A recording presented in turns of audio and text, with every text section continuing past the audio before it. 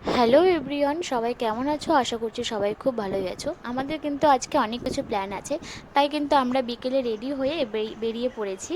আর এই যে দেখো, আমরা এখন টোটোতে উঠে পড়ছি। এখন টোটো করে আমরা যাব পার্কে, যেহেতু মামি এসছে তাই দুই ভাগ্নিদের আবদার মামি পার্কে নিয়ে চলো।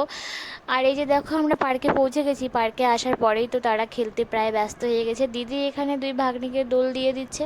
আর গুনগুন যেহেতু ছোট, আমি তো আর তাকে একাই বসাতে পারছি না, তাই আমি তাকে কোলে নিয়ে বসেছিলাম।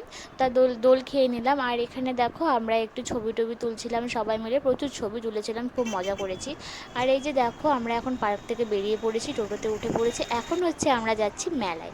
মেলা হচ্ছে বাসন্তী মেলা। বাসন্তী মেলাটা খুব ভালো হয়, খুব বড় হয়। আর আমরা যখন গিয়েছিলাম তখন একটু ফাঁকা ছিল।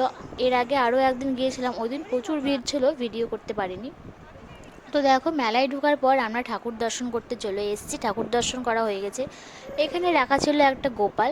গোপালটাকে সবাই আসছে আর দোল দিচ্ছে, তাই আমিও দুই ভাগ্নির হাত দিয়ে আর গুনগুনের হাত দিয়ে একটু গোপালটাকে দোল দিয়ে দিলাম।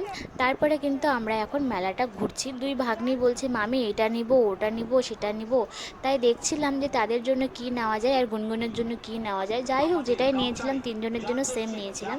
আর এই যে দেখো, এখানে দিদি বাটির সেট দেখছে আর আমি এখানে কাপের সেট দেখছিলাম। কাপের সেটটা আমার আর দিদির ভীষণ পছন্দ হয়েছিল।